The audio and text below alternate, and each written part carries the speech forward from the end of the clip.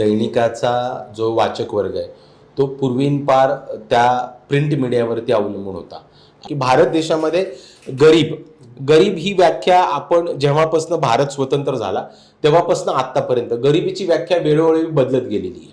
सरकार त्या आर्थिक परिस्थितीमध्ये दिसत नाहीत असं अहवाल कितीतरी राष्ट्रीयकृत बँकांनी दिलेले आहेत. पण गोष्ट किंवा घटना घडल्यानंतर लोकांना जिव्हाळ्याने किंवा त्यांच्या स्वतःच्या सहानुभूतीने किंवा ज्या सेन्सिटिव्हिटीने ती हाताळावं लागते ती हाताळली जात नाही. की ज्या दिवशी पहिल्यांदा आग लागली त्यानंतर त्याच्यात त्यांनी सांगितलं की ते कोणीतरी जाणीवपूर्वक लावली, हरकत नाही. परत दुसऱ्यांदा आग लागली त्याच्यात सांगण्यात आलं की ते ऍक्सिडेंटली कुठला तरी सिलेंडर फुटला. ज्या कुठल्या कुटुंबातनं जे कोणी दगावलंय त्या कुटुंबाशी संपर्क केला पाहिजे, ते सापडतायत नाही सापडतायत त्यांना त्याच्यामध्ये मदत केली पाहिजे आणि त्याच्या संपर्कात राहिलं पाहिजे, जे की घडलेलं नाही. आजपासून आपण दैनिक राज्य लोकतंत्रवर एक नवीन शोध सुरू करत आहोत. खरं तर आपण रोज किंवा दररोजच संपादकीय न्यूजपेपरमध्ये वाचत असतो, पण या न्यूजपेपरमध्ये सत्यता कमी आणि नेत्यांचं वाहवा करण्याची पद्धत जास्त असते. पण दैनिक राज्य लोकतंत्राचं जर तुम्ही संपादकीय वाचलं तर तुम्हाला सत्यतेपासून वंचित कोणी ठेवू शकत नाही. दैनिक राज्य लोकतंत्रचे संपादक गणेश मोकाशी सर दरवेळेस प्रत्येक दिवशी एका नवीन जिद्दीने प्रत्येक वेळी संपादकीय लिहित असतात. दैनिक राज्य लोकतंत्र लोकांच्या हितासाठी सातत्याने काम करत आले. आता यामध्ये गणेश सरांचं किंवा दैनिक राज्य लोकतंत्राचं वाहवा करायचे काही हेतू नाहीये, पण लोकांना एक सत्यता कळली पाहिजे यासाठी आम्ही हा शो घेऊन आलेलो आहोत. आठवड्याभरात ज्या काही गोष्टी घडलेल्या समाजात घडत आहेत त्या आम्ही या शोद्वारे मांडत आहोत. त्यासाठीच आज आपल्यासोबत दैनिक राज्य लोकतंत्रचे संपादक गणेश मोकाशी सर आहेत. सर नमस्कार. नमस्कार. खरं तर सर आपण जे काम घेऊन पुढे चाललो आहोत समाजाचं किंवा समाजाला सत्यतापर्यंत पोहोचवण्याचं एका दैनिकाच्या माध्यमातून ते आपण घेऊन चाललेलो आहोत. त्याबद्दल तुम्ही रोज वेगवेगळ्या माध्यमातून चांगले चांगले संपादकीय अभ्यासपूर्व लिहित असतात. आजकाल तसेच संपादकीय आपल्याला दुसऱ्या नामांकित जरी न्यूजपेपर असतील तर त्यामध्ये पाहायला भेटत नाही. यावर पहिलं तर तुम्ही काय सांगाल? याच्यामध्ये आपण जर वाचक वर्ग पाहिला की दैनिकाचा जो वाचक वर्ग आहे तो पूर्वीपार त्या प्रिंट मीडियावरती अवलंबून होता आणि प्रिंट मीडियाचं कुठल्याही विभागीय दैनिकाचं अग्रलेख म्हणजे संपादकीय तर ते एक आत्मा होता आणि त्याच्यामध्ये तो अग्रलेख किंवा ते संपादकीयाच्या त्या आत्म्याने ते दैनिक ओळखलं जायचं. आजच्या तुमच्या या डिजिटलच्या युगामध्ये तुमची जी लोक आहेत तुमची पिढी ही जास्तीत जास्त डिजिटली प्रभावित आहे आणि त्यामुळे संपादकीय किंवा अग्रलेख या गोष्टींकडे दुर्लक्ष होत आहे. त्यामुळे असं लोक म्हणतात, पण एव्हिडंट मीडिया म्हणून आजही तुम्ही जर पाहिलं तर प्रिंटकडेच सगळ्या लोकांचं कल किंवा पाहणी अशा पद्धतीचं सगळ्यांची मतं आहेत. सर आता वर्षाचा यंदाचा अर्थसंकल्प मांडत असताना तुम्ही त्यावरती एक सुंदर पद्धतीने असं ते संपादकीय पूर्ण लिहिलं होतं. म्हणजे त्यामध्ये मध्यमवर्गीयांचा आपण मुद्दा मांडला होता. तर त्या मुद्द्यामध्ये तुम्ही सुरुवातीला सांगितलं होतं की मध्यमवर्गीयांना दिलासा देण्याचं काम सरकारने केलं पाहिजे आणि जवळपास मला वाटतं 4-5 दिवसानंतरच अर्थसंकल्प सादर केलं गेलं. तर त्यामध्ये मध्यमवर्गीयांना मोठा दिलासा बीजेपी सरकारने देण्याचं काम केलं. जे करमुक्त 12 लाख रुपयापर्यंतचं करमुक्त जे आहे ते उत्पन्न करमुक्त केलं. त्याबद्दल एकंदरीत तुम्हाला काय वाटतं या सगळ्या गोष्टी बघून? तुम्ही याच्यामध्ये सनी सर जर बारकाव्याने पाहिलं तर ज्यावेळी नरेंद्र मोदी सारख्या एक बीजेपीचं सरकार 2014 पासून आज आपण 2024 मध्ये आहोत, 25 मध्ये आपण पदार्पण केलेलं आहे. 2024 मध्ये इलेक्शन्स ज्या आहेत त्या झालेल्या आहेत खासदारकीच्या म्हणजे आपल्या सेंटरच्या. तर यामध्ये 2014 पर्यंत आणि 2024 पर्यंत ज्या पद्धतीने वेगवेगळे खर्च उदाहरणार्थ GST असेल किंवा इतर कर ज्या पद्धतीने लादले गेलेले आहेत तर मुख्यतः भारत सारख्या देशामध्ये ज्याला आपण शेतीप्रधान देश म्हणतो इथे बरेचशी गावं किंवा बरेचशी जे आपल्याकडे 4 खंड आहेत, एक कोकण, विदर्भ, मराठवाडा आणि पश्चिम महाराष्ट्र. तर ग्रामीण भागातनं स्थलांतरित होणाऱ्या कुटुंबाची संख्या मोठ्या प्रमाणात आहे आणि त्यामुळे ती लोक आपला उदरनिर्वाह करण्यासाठी शहराच्या ठिकाणी येतात आणि ही कुटुंब पुढे जाऊन ज्यावेळी स्वतःची पोट तिडकी भागवतात तर ते मध्यमवर्गीमध्ये गणले जातात. पण ज्या पद्धतीने जीएसटी असेल किंवा इतर कुठलेही कर ते जर कॉर्पोरेशनच्या एरियामध्ये राहत असतील ते असतील त्यांच्यावरती, तर त्या पद्धतीने त्यांची इन्कम नाही वाढलेली.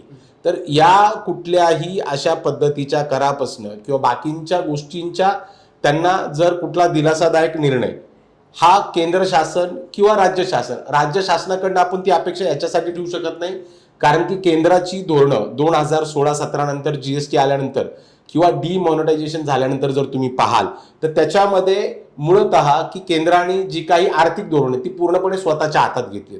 त्यामुळे सगळ्या ज्या काही मध्यमवर्गीय लोकांना किंवा आमच्यासारखे वाचक किंवा लेखक किंवा दैनिकाचे संपादक असतील यांना अपेक्षा ही केंद्राकडनंच करावी लागेल. त्यामुळे तो जो अग्रलेख किंवा ते जे काही संपादकीय होतं ते त्या गोष्टींना घेऊन होतं.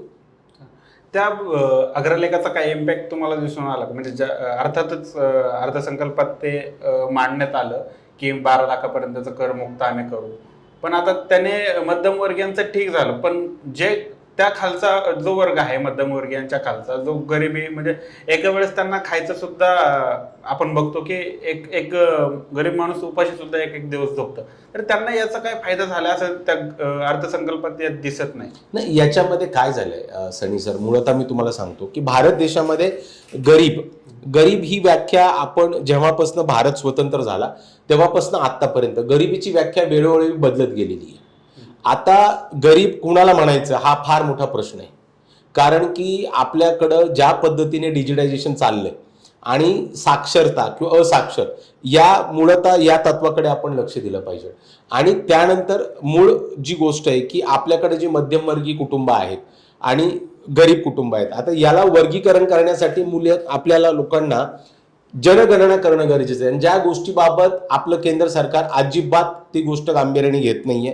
त्यामुळं मूळतः की तुमचा इन्कम ग्रुप हा किती आहे आणि राहिला गरीब या विषयाचा प्रश्न, तर आपल्या केंद्र शासनाने त्या लोकांसाठी बऱ्याचशा गोष्टी की तुमचं रेशनिंग फार कमी दरामध्ये त्यांना गहू असेल, तांदूळ असेल, साखर असेल हे उपलब्ध करून दिलेलं आहे. आणि राज्य शासनाच्या सुद्धा बऱ्याचशा योजना आहेत, जसं आता लाडकी बहीण तुम्ही बघताय, PM जनधन योजना बघताय, तर या गोष्टींना त्यांना थोडाफार रिलीफ आहे. पण मला असं वाटतं इथून पुढे गरीब ही व्याख्या भारत सारख्या प्रगत देशामध्ये नसावी. का? कारण की आपण एक प्रगत देश होऊ पाहत आहोत. मग गरीब म्हटलं की बाकीचे सगळे आजूबाजूचे देश असतील किंवा अमेरिका सारखं राज्य असेल, देश असेल, ते आपल्याकडे काही वेगळ्या नजरेने बघेल. मग आपण प्रगत होणार कधी? सर, आता यालाच एक प्रश्न जोडून तुम्ही आता लाडक्या बहिणीचा जो मुद्दा मध्ये मांडलात त्यामध्ये सर आता आपण बघतोय की इलेक्शन पूर्वी एकनाथ शिंदे असतील, बाकीचे जे सत्ताधारी असतील, सगळेच ओरडू सांगत होते की आम्ही 2 लाखाची 2 कोटी महिलांनी आमच्या योजनेचा लाभ घेतला. आणि आता आपण इलेक्शन झाल्यानंतर बघतोय ते म्हणजे ज्या महिलांचं निकष लावून ते आता निकष लावून त्यांना हे करतायत, म्हणजे त्यांचं परत ते पैसे घेतल्यासारखं हे व्हायला लागले. तर त्याबद्दल तुम्ही काय सांगाल की म्हणजे आता त्याचा इम्पॅक्ट काय पडतोय सध्या? इम्पॅक्ट असा आहे मूळतः की जर ज्या कुठल्याही माणसाला साधा BCom शिकलेला असेल किंवा त्याचा छोटा व्यवसाय असेल, तुम्हाला जर कुठल्याही आर्थिक धोरणाकडे केंद्र शासन असेल, राज्य शासन असेल, तुम्हाला त्याच्याकडे पाहायचं असेल तर त्या केसमध्ये एक फार सोपी गोष्ट आहे की बँकेकडनं ज्यावेळी सरकारकडनं बँकेत पैसे जातात, बँकेकडनं ते पैसे पब्लिकमध्ये जातात. आता आपल्या ज्या काही बँका राष्ट्रीयकृत बँका आहेत त्यांची परिस्थिती खरंच डबघाईला आलेली आहे. निर्मला सीतारामनच्या अगोदरपासनं किंवा ज्या उर्जित पटेल आपले गव्हर्नर होते, डिमॉनिटायझेशन नंतर बँकेची काय परिस्थिती ही सगळ्यांना जगविख्यात आहे, म्हणजे सर्वश्रुत झालेलं आहे. तर त्या परिस्थितीमध्ये आपल्या अशा फुकट राबवण्यात येणाऱ्या ज्याच्यामध्ये पब्लिकला तुम्ही डायरेक्टली पैसे देताय, म्हणजे एका पद्धतीची ती पब्लिकला म्हणजे इलेक्शनच्या वेळी दिलेली कुठल्या पद्धतीचं ते अनुदान आहे किंवा कुठल्या पद्धतीची बक्षीस आहेत काही कल्पना नाही, पण ते डायरेक्टली त्यांच्या मतांवरती त्याचा परिणाम झाला. आणि आता ते सरकार त्या आर्थिक परिस्थितीमध्ये दिसत नाहीत असं अहवाल कितीतरी राष्ट्रीयकृत बँकांनी दिलेले आहेत, तशा बातम्या आम्ही केल्यात. सगळ्यात पहिला अहवाल SBIचे जे गव्हर्नर आहेत दास म्हणून त्यांनी दिलेला आहे. याद्वारे एक असं वाटतं का तुम्हाला की भाजपने किंवा महायुतीने एक ट्रेंड सेट केलाय की अशा प्रकारची योजना निवडणुकीपूर्वी आणायची, म्हणजे जे लोक जे राजकारणी पैसे वाटतात निवडणुकीमध्ये गपचूप, आता ते ओपनरित्या चाललंय, म्हणजे असं तुम्हाला यामधून काय दिसून नाही येतं नाही, का? बीजेपीचं काय आहे, तुम्ही एक जर बारकाईने लक्ष दिलं तर बीजेपी हे आपल्या बाजूचं जे राज्य आहे मध्य प्रदेश, बरोबर, त्या मध्य प्रदेश राज्यामध्ये तिथले जे मुख्यमंत्री होते तर त्यांना मामाजी म्हणतात. तर त्या मुख्यमंत्र्यांनी ही योजना अगोदर राबवली.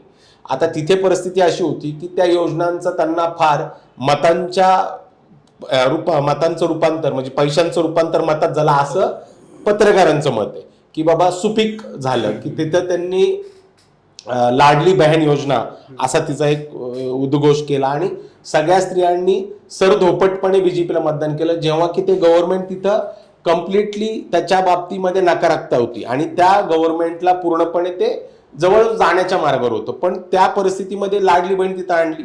लाडली बहीण आणल्यानंतर त्या तिकडच्या ज्या प्रचार प्रमुख होत्या किंवा संघटन प्रमुख होत्या त्यावेळी, त्या आपल्या महाराष्ट्राच्या पंकजाताई पालवे होत्या.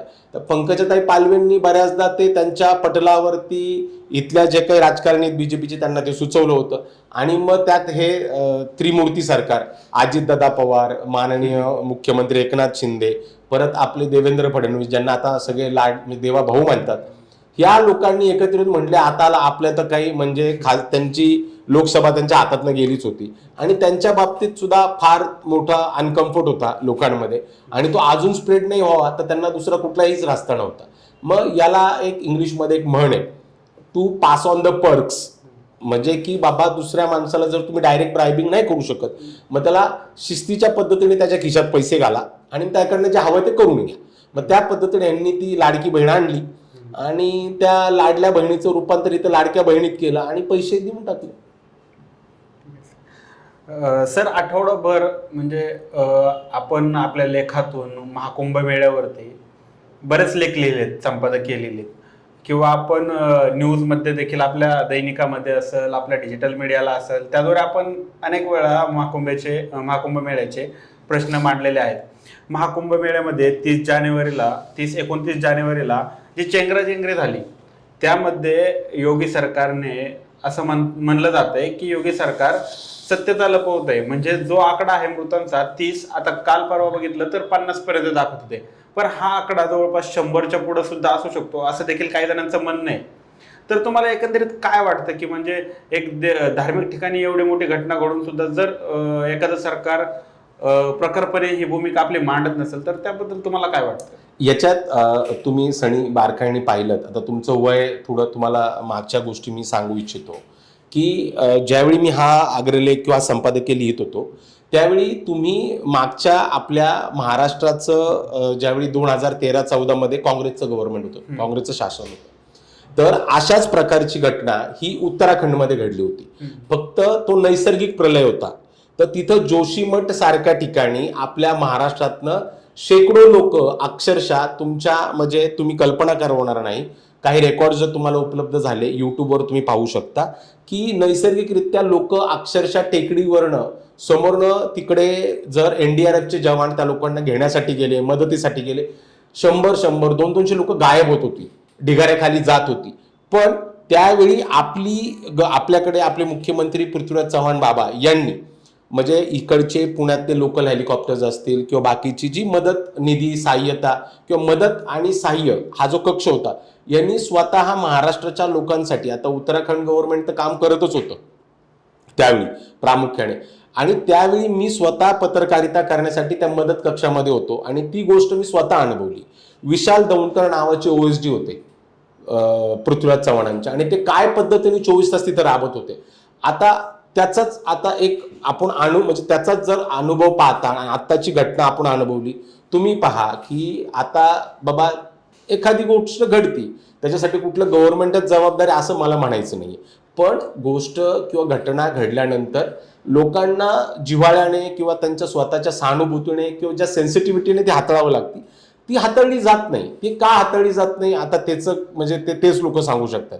आता तुम्ही पहा बारकाईने की ज्या दिवशी पहिल्यांदा आग लागली त्यानंतर त्याच्यात त्यांनी सांगितलं की ते कोणीतरी जाणीवपूर्वक लावली, हरकत नाही. परत दुसऱ्यांदा आग लागली त्याच्यात सांगण्यात आलं की ते ऍक्सिडेंटली कुठला तरी सिलेंडर फुटला. आमचं किंवा पत्रकारांचं किंवा तिथल्या लोकप्रतिनिधींनी समोर येऊन किंवा स्वतः योगीजींनी समोर येऊन त्या गोष्टीची जबाबदारी घेऊन की बाबा काय झालंय, प्रशासनामध्ये तुम्ही माहिती घ्या, तुम्हाला प्रशासन कुठलीच माहिती देणार नाही, तुम्ही तिथल्या कुठल्याही खालच्या पिऊनला विचारा, तो घाबरून तुम्हाला उत्तर देतो. हे लपवालपवीचे प्रकार कशासाठी? आमचं किंवा कुणाचं असं मतच नाहीये की तुमच्यामुळे घडलं. मग हे लपवालपवीच्या म्हणजे हे काही राजकारणाचा भाग नाहीये ना. या लपवालपवीच्या प्रकारामध्ये साहेब एखाद्याचा जीव गेलेला आहे, त्याच्या कुटुंबाला तुम्ही सहानुभूती देणं तुमचं परम कर्तव्य, ते बाजूला ठेवून ते स्वतःच की आम्ही बाबा आमचं राजकारण असं 1954चे दाखले देत आहेत की बाबा पंडित नेहरूंच्या काळामध्ये असंच घडलं, मग इतकी लोक गेली. जी कुठलं सरकार असेल, प्रशासन असेल, जे गोष्ट घटना घडल्यानंतर हिस्ट्रीमध्ये जातं आणि आत्ताच्या गोष्टींवरती उपाययोजना असेल किंवा त्याच्यात सहानुभूती दाखवण्याचे जे काही त्यांचे मार्ग असतील ते न करता ह्या गोष्टी करता, म्हणजे त्यांना काय साध्य करायचं हे फार मोठा प्रश्न आहे. म्हणजे ह्याचं उत्तर तेही देत नाहीत, आम्ही मागितलं तर आम्हाला मिळत नाही. म्हणून हे फार म्हणजे येणाऱ्या वेळेमध्ये फार मोठा प्रश्न पडणार आहे हा, की नेमकं घटना घडली तर हाताळणार कशा आहेत. म्हणजे एकंदरीत असंच झालं ना की त्यांनी केलं, त्यांच्या काळात झालं म्हणजे आमच्या काळात पण झालं. आणि हितनं साहेब काय होतंय मुद्दे म्हणजे मूळतः की योगी आदित्यनाथासारखा माणूस ते म्हणतात, म्हणजे मी एक हिंदू धर्माचा पाईक आहे, म्हणजे त्यांच्या राजकारणाची बाजू खासदारकीची आपण बाजूला ठेवूयात, पण तिथे कुठेतरी त्यांची सेन्सिटिव्हिटी म्हणजे एका माणसाबद्दल असणारी जी माणुसकी ती दिसून येत नाहीये साहेब, हे 100%. म्हणजे योगी आदित्यनाथ ज्या वेळेस अमित शहा गृहमंत्री येतात कुंभमेळ्यात स्नानासाठी त्यावेळेस उपस्थित राहतात, पण अशी घटना घडल्यानंतर त्यांनी एकदा सुद्धा महाकुंभमेळ्याला भेट देऊन विचारपूस किंवा ते तर बघा, म्हणजे ते त्यांच्या पक्षाचे प्रमुख नेते आहेत, ते आल्यानंतर त्यांनी गेलंच पाहिजे. मी ह्या दोन गोष्टी किंवा घटना एकत्र करणार नाही, कारण की ते प्रशासनाचं कर्तव्य, कारण की ते आपल्या भारताचे गृहमंत्री आहेत, त्याची एक स्वतःची एक वैयक्तिक गरिमा आहे. पण माझं किंवा आमच्यासारख्या साध्या पत्रकाराचं संपादकाचं एक अपेक्षा म्हणा किंवा एक म्हणणं म्हणा असं असेल की प्रशासन असेल, कुठलंही सरकार असो, मग ते काँग्रेस असो बीजेपी असो, त्यांनी ती गोष्ट फार सेन्सिटिव्हली हाताळली पाहिजे. ज्या कुठल्या कुटुंबातनं जे कोणी दगावलंय त्या कुटुंबाशी संपर्क केला पाहिजे, ते सापडतायत नाही सापडतायत त्यांना त्याच्यामध्ये मदत केली पाहिजे आणि त्याच्या संपर्कात राहिलं पाहिजे, जे की घडलेलं नाही.